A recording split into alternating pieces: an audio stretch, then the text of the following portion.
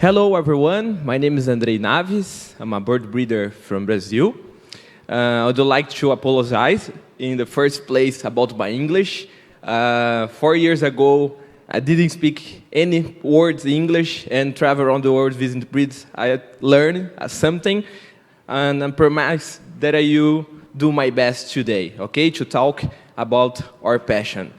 And in the second place, I would like to say thank you for the guys from IAIC to invite us to come from another side of the world to talk about birds in Thailand. This is unbelievable, and we are very happy to be here. And I'm a bit Polezel. I'm bird keeper also in Brazil. So I'm very glad to be here with you guys in this conference. And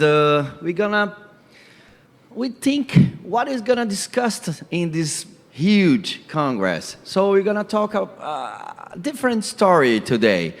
And I started to keep birds in very different way like Andre, correct? Yes. We start about to introduce ourselves, but this is the first lecture together, and we made this week to talk about something different. It's about more the passion than the birds that we breed. Correct. So I'm gonna start breed 15 years ago. I don't know where this passion's coming because any person in my family like birds or had birds before me, and me until now I think about birds 25 hours per day, especially because I'm breed mutations. When we breed mutations, we are more crazy than the normal ones. Normal ones. Yes, I know, because when Andre showed me a photograph with a ringneck or rosella and say, this is a opaline, clear tail, emerald, violet, and we see just a white bird. White bird. So you're crazy. Yes, we are crazy. You understand, the guys. And different from Andre, I'm born in a family who keep birds in many generations. My grandfather has a farm and started with this in 70s, but have the permission in 99. So we are the first breeding center in São Paulo since 99. So when my grandfather passed away in 2005, I started to work with birds. And so it's a family tradition. And we keep very different birds, like cassowaries, turacos, fruit doves, and tinamous, parrots from Brazil also. And some color mutations, of course. Yes, of course. I became the youngster. Yes. I became the youngster judge in Brazilian Federation. There we have more than 10,000 breeders and more than 60,000 birds per year in our national championship. And together, Beto, we start to travel around the world to visit breeders. And Beto is a biologist. I'm not a biologist and not a veterinarian, but all the knowledge that I get is from visiting breeders around the world, you know? We have the opportunity to learn a lot of things that we normally don't see in the books, don't see in the university, visiting breeders, because the breeders get the knowledge by the years, by the decades, and we have the opportunity to get this knowledge with these visits. I bet. Yeah, so with these visits, we saw a lot of things, very different. So everybody has a management different, a kind of structured facilities is amazing, but it's different, but works. And reproduction successful also, so we will learn a lot. And hand-hearing birds. Yes, a lot of things, huh? Yes. And uncommon things, because this is a part of the trips. Always, this is the first photo. We was in Czech Republic for first time 3 years ago, I think. doing a Euro trip only to visit breeders. And we and Beto arrived to this place, and Beto said to me, there is some aviaries in the roof of the house of the guy. It's a very strange thing. And then second one, No, the second one I didn't see, but I know the breeder. But these photographs, it's very strange. It's very crazy. I think you're gonna tell about. I took this picture. I don't know how to explain, but all of his African greys start to breed inside of the floor. And always, then he want to check the eggs and the chicks. He need to cave like 1 meter inside of the floor to find his African greys. Look at the photo in the middle. Yes, but it's not coincidence. It's not just one couple. Yes, all the couples, like 10 or 12, do that. And it's unbelievable. Huh? The couple ignores all the nest box and breed on the ground. Well, strange. And here, and the last photograph, it's a guy from Brazil called Roberto Azeredo. He's from the Cracks Institute. This is the most incredible conservation bird breeder from Brazil. Just to have an idea, guys, he released in the wild more than 400 curassow from São Paulo state called Cracks Blumenbach. He breed a lot of tinamus and breed also the Pauximito. It's the extinct curassow in the wild, the most harassed bird in Brazil at this moment. Most harassed than speaks macaw. But I just put this photograph because it's different story I will tell to you. You know, we saw very different things when we start to breed birds. Of course, guys, you have very strange stories to tell about so. But Roberto, I was walking with him in these facilities, and he tell me, this female of curassow gonna lay egg. And I say, oh, nice, good. We know when the bird's gonna lay eggs, of course. But Roberto, when I tell him, come to the next, to see the next bird, and he hold my arm and say, just a moment, Beto. She gonna lay now. So he go inside the aviary, very crazy, and do something like that. The birds are on the perch, and I stay 1 minute there. I say, Roberto, it's not okay. You, I think it's never gonna work this. And he say, just a moment, just a moment. And 20 seconds after that, the female lay the egg in his hand. So it's incredible. So Roberto is a kind of magician and inspired us also. So, but it's not a kind of magician. This is the combination of the passion and the knowledge together. So this is important also. Yes, the practical knowledge, yeah. So we start to visit breeds around the world, and each country that we visit, we start to understand, try to understand why we breed birds, where this passion coming. And to explain that, I use this example when I went to Indonesia 2 years ago. And I arrived to the airport, take a taxi, and the taxi driver started to talk to me about the murai batu. This singing bird is a national fever like that in Indonesia. They love these birds to participate in the tournament and the championships. And when I arrived to the hotel, the owner of the hotel have this little breeding center in his backyard. And I started to talk with them. We become friends. And he go with me to the tournament close by his facility. And the first photo is in Indonesia, and I'm feel in my home. Because in Brazil, we have the exactly same passion about the singing birds. The same behavior of the breeders and the birds. They are crazy about singing birds. Have more than 10,000 birds in the same championship. And try to understand something, because we are so far away and we have a same passion. We are in the different culture, very different cultures, and we like the same things. Yeah. Yeah, but have three main objectives and benefits to breed birds. Of course, if I ask here for someone to help tell me some benefits, you guys gonna give me a list of 100 more objectives. But the first one is Economy, yes. Most of the breeders that we visited around the world breed birds to sell birds. It's good, okay? To have an idea, I think, I don't know if you have an idea how many breeders there is in Brazil. Maybe Mark the claim, because he visited us 4 months ago. But just a question. How many of you guys here visited Brazil in the past? Yeah. Okay. Eu. Good Portuguese. In Portuguese, yeah. Yeah. So, yes, yeah. Phil, please, we must do a congress in Brazil to everybody comes. Yes. But yes.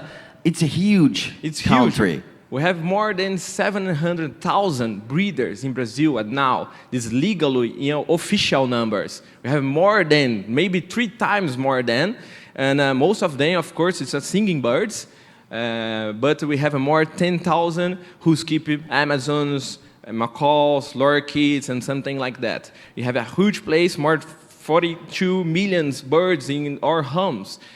This increase the market in Brazil. They sell a lot of cages for sure, foods. They get a lot of jobs, and this is very nice for our activity and for the people as well. Yes, but with this passion, other goals to our passion, it's combat the traffic. We are very pleased to say we are against to this activity. And I have one little story to you guys. So in my facility 2 years ago, I was doing something with birds and handwriting birds. And one guy from the federal police called IBAMA in Brazil, wild fish in the US, I don't know how the name from the other countries, but the fiscalization from the fauna in Brazil sent me one photograph. Strange, because these people never contact us. So in this photograph has a kind of egg. And the person asked me, Beto, did you know what kind of egg species is? I say, no, it's impossible to know. And, 15 minutes, one guy from the university from São Paulo, friend of mine, sent me the same photograph and asked me, did you know which kind is its eggs? I say, no, but why? What happened? So in 2023, we have the biggest, unfortunately, eggs international traffic in Brazil, with more than 120 eggs in the small bags and developed and very, very well, and will be hatched in 4 days. So, but why I tell this story to you? Because my category is commercial, and I know you suffer the same like me, guys. Because we try to convince not just the society, but the government. We are a principle it goes to against the traffic, and was a very coincidence thing, because they give me authorization to go to these eggs inside my facilities to see what's going to happen. So, what's happened? Hatched green wings macaw, a lot of this, 55 toco toucans, and hyacinth macaws. But we are in the breeding season, and my crew is very small. So I have me, Amanda, Jonas, and Brenna, only 4. So we are in the breeding season with more than 100 Turacos chicks and more than 50 kikes parrots, lorikeets, tinamus, all these birds. And was very interesting, because in Brazil, 9 of 10 birds in the traffic died. This is IBAMA database. So, but it's very interesting, because we do agreement, Andre. I just tell to IBAMA, to my government, I accept these eggs if they release them in the wild again, because it's an interest conflict if I stay with these birds. So this photo, it's very nice, and everybody saw it in Brazil. This is a small group from Macau, and this is the ladies who helped me. So guys, we are not just breeders. If we don't share your knowledge, if you don't work, if you don't show this for the society, the things not got better, just worse. Because, yeah, you understand? Exactly, yeah, like conservation. Always when we travel, when we speak at the YouTube channel, and for the normal people, we try to convince them using the example and the goals of conservation. I know that not everybody do conservation directly in his all breeders, but I think everybody do that in some way in his all breeders. But I have an opportunity to change my mind when I went to Germany for the first time, like 6 years ago, and I discovered this project, this amazing project for Speaks Macaw. That time I breed only Bud Edgars, but I discovered a new word, a new professional word to keeping birds. I learned a lot, and I turned my head about conservation. For me, this is my main goal to my entire life after this moment. Yeah, you can help. You talk very well. This is the first time that we do it together. Yes, we have sadly numbers around the world about the conservation. 1 in 8 birds in the world are threatened, about extinct in the wild. Especially in Brazil, we are the country that we have most species endangered in the world, after Indonesia and Colombia as well, but Brazil is the most. We have a lot of species endangered. And the main case we have wildlife trafficking, illegal markets for sure, and destruction of natural habitats. This is the same around the world. The same around the world. And we have some examples that the breeders help a lot the conservations of some species, they save some species, only 4 examples, but we can use here 100 maybe. Yes, we have here in this place a lot of breeders who do work like that to save some species. I went to Bali 2 years ago and I visited this project. It's amazing. I didn't knew the history yet, but in this time I visited the guys, I visited the breeding center. They told me the story, and he say that in 2001 they have only 6 birds of them in the wild. It's unbelievable. And they try to get someone from the zoos, from the breeders, and work together with the community. Not only the community, like in the project that we saw in Caatinga, for example, by the Lear's macaws, but they send some birds from the zoos, from the local people, to they keeping them, to breeding them, and they breed them very well, and they realize in the wild, and now we have the population grow up. It's a very nice example that the breeders help some species like the Bali star.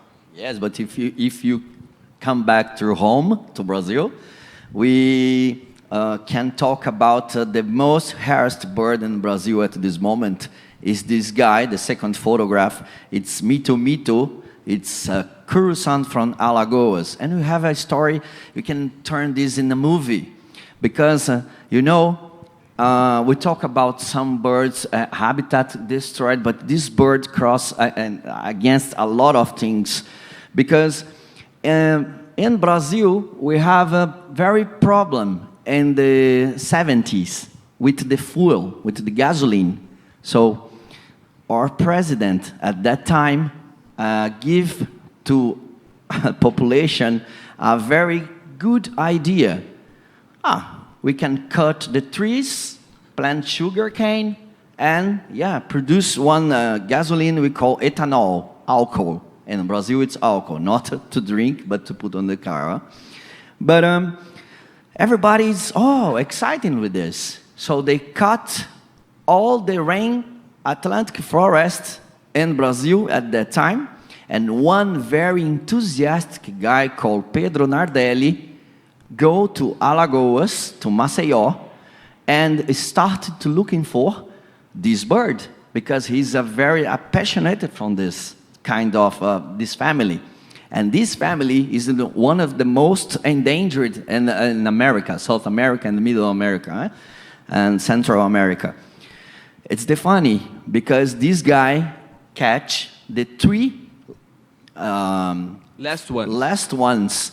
And the story is very fantastic because in Alagoas State, he told me, Beto, I saw the machines come broken down all the streets, and me and my friend saw 3 birds, and we catch this and run away with these birds and discover this the last 3 birds in the world. So 2 females and 1 male. This story is very, very interesting because more than 50 years now we have 80 of these birds. And I'm a member of the program also. So I keep birds for commercial, but I have a very, very, very, lucky to receive these birds to my place. Now it's in the incubator. 3 fertile eggs for the first time. So yeah, we do very nice work, and not just a professional happiness work with this, but a personal also, because Pedro unfortunately passed away, and the same day we're gonna release, in the same year, we're gonna release these birds in the nature.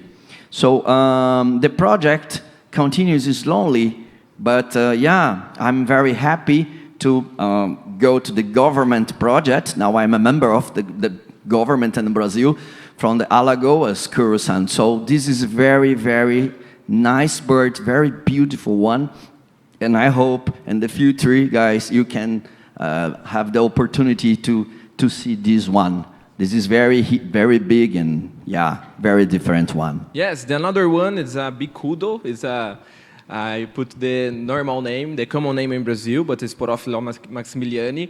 It's a critical endangered. We have a lot of in the breeding centers because it's a very common species for the singing birds to participate in the national championships. And in some parts of São Paulo, for example, these species are extinct. And they do a project to the breeders donate some birds to release in the wild, and this worked very well. 10 years ago, there is not, and now we can see a lot of in the backyards and in the wild. It's worked very nice. And this story is very funny because the government is against our activity, and who released these birds? Breeders. The breeders, the commercial one, huh? So, this is very interesting. And I also have not just Alagoas Curuçan at my place. I'm very happy to have some Lear's macaw pairs at this moment. It's on the nest too. So Lear's, it's a very interesting to talk because few years ago we just have 60 on the wild, correct? Mm-hmm. And now we put all efforts together, not just for conservation, but in situ, but ex situ also. So we have now 1 youngster from this one couple. It's grow very nicely, and now the birds are starting to breed in again. And for me, it's my one of the most incredible birds in the world, Lear macaw. The singer, the layout of the aviary, all this is very delicate. So and if you guys have opportunity to come for our country, it's big, but the place of Lear, it's unique. It's unique. Yes. I took this picture in Euclides da Cunha. It's like a feeding area for this amazing species. I spent 3 days in the middle of nowhere to find them. It's lucky to find them. It's easy to find them. And we have a friend who does a very nice work with the community, with these species, because when they arrive to the corn fields, the guys in the houses, the old houses, shot them and kill 10, 11 per day for these birds. And these guys start to pay the corn of these guys, and they stop to kill them, and their populations grow up. But there is a lot of problems with the licuri. It's so long time to grow up, and the goats eat the licuri, and they have no coconuts. Is the food, huh? Yes, they have coconuts to eat, and have a lot of problems with that. But we have one problem: the media, the television, and I think you guys doesn't know. We lost 100 of Lear's macaw and since 5 years ago with the electricity cables. So you have a company there, so the macaws go to rest in the cables of electricity and shock. Yes, unfortunately. Yes. So, but the last example that we prepare is speaks macaw. For us, as a Brazilian, is a very special one. We grow up heard some stories about, and I have the opportunity to went to Caatinga more than 10 times to work in the project, like a normal keeper, only to clean the floor and to see the birds and to learn. But for me, it's glad to do something for the conservation with this amazing species. Yeah, when the beginning of your lecture, we tell very strange stories, but we can also tell about Cromwell, because Cromwell born in South Africa, moved to Qatar, moved to Germany, and then moved to Brazil, only to devote and put effort from his life in one bird. This is passion, 110%. His entire life, huh? I had the opportunity to went to Germany when I saw the first speak macaw of my life, and I had hearing then. It's strange because that time I don't know how to do that, but I learned a lot with the speaks macaw. Maybe it's the first macaw that I feed in my life. Is this one? It's so much responsibility. The second photos is very nice, so emotional for me because 1 month before the release of this month, I took this picture. The couple seeing the sunset, and I only stay there and sit and look at this amazing image, and for me, I'm starting to cry in that time because it's very important to us. And after that, 1 month after, I took this picture in the release, and the work is gone. Yes, we are not here to talk about politics, but to talk about the passion about these birds. We are friends, and you participated from the program, and now I'm member of the government from the project of Speak. So yeah, talk just passion, not politics. Exactly. So why we talk about all of these goals, of these numbers, and our passion? Because, like Beto say, we are here, we meet a lot of friends around the world. We make new friends today in this amazing conference. And a lot of people come to us and say, okay, I saw you in the YouTube, I saw you in Instagram, and tell us a lot of stories that I start to keep this species because you show in your YouTube channel. And always people think that we do that to be famous, and we don't care about that. Yeah, we don't care. We have one main goal: to spread our passion for another people and to create. I need to change this. We need to breed more breeders. Exactly, because it's our main goal. In Brazil, we start to do the videos when we have no social media, and in the first it's very difficult because I arrived to the breeding centers. They are very close, but my friend. But when I talk, I take the camera to make a movie. No, I don't want to appear. Yes, but yes, why? Yes. We need to do that. We 10 need to years ago. show our facilities. We need to teach the people how to do that and what you really do for conservation, for combating trafficking, and we start to do that with this main goal. Beto. Yeah, because remember the story of the eggs of Macau? If you don't have social media, if you don't put this on television, they never gonna know about these stories, and they compare us with bad people also.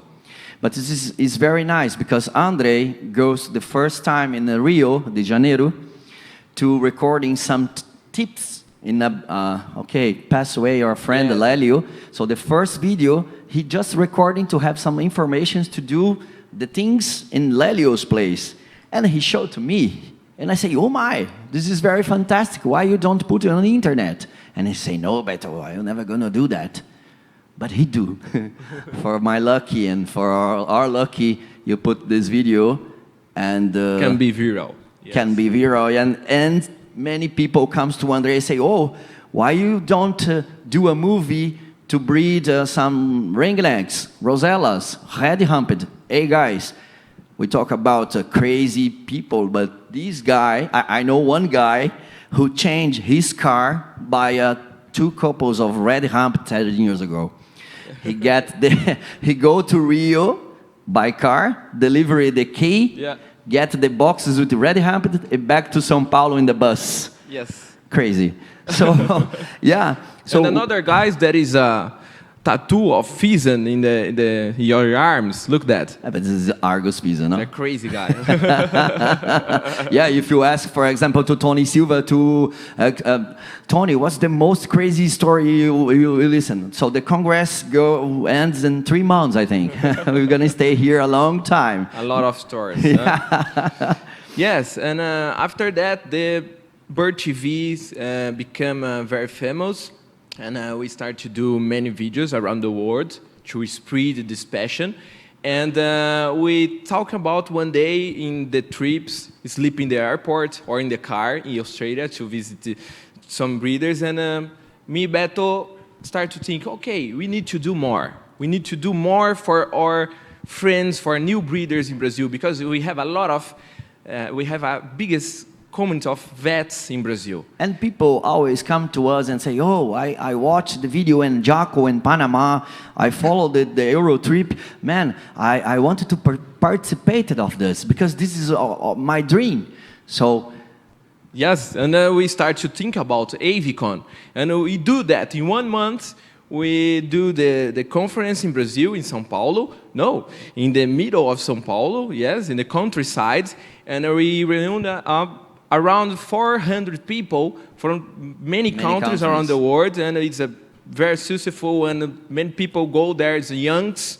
For us, we do a very cheap price for the tickets. Yeah, so everybody participated. Yes, and okay, it's a very so nice our first edition, yeah, we are very glad because Jaco goes, and Nassar from Qatar, and Chroma also. We have a good people, speakers from Brazil. So 400 people to us, it's amazing because it's not in downtown of São Paulo. It's a small city near to São Paulo, 50 minutes from São Paulo. So we spend a very nice time, guys, and we record always to watch after this and see the faces and see the happiness. So we do this.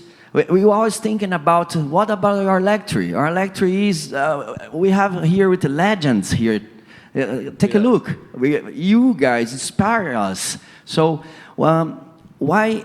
I mean, it's very interesting to us show this Congress, show this force to prove we are a good tool to conservation, to breeders. They depend for us. They need us. So this is very interesting, and we can inspire more young people because they come to our conference also in Brazil. Huh? Yes, and we need to do a conference like that, like IAIC in each part from the world, each year, every year, because it's real different by social media. Yes, in social media we talk with each other, but it's not same to see in the eyes, to talk about, to go to a party like tomorrow. And we need to do more of these things to inspire new breeders. So, I would like to say thank you for everyone to come here. We are very happy to do this lecture, and especially from my friend Kelek, because he invited me. I was here 2 years ago, and he welcomed me very well in his country. For me, Thailand is the best country in the world. I liked so much, and we are very happy to be here with you. And to see all the friends around the world. So very glad. And please do that again. Please, let's see. Ok, muito obrigado. Muito obrigado. Espero que tenha gostado. Thank you.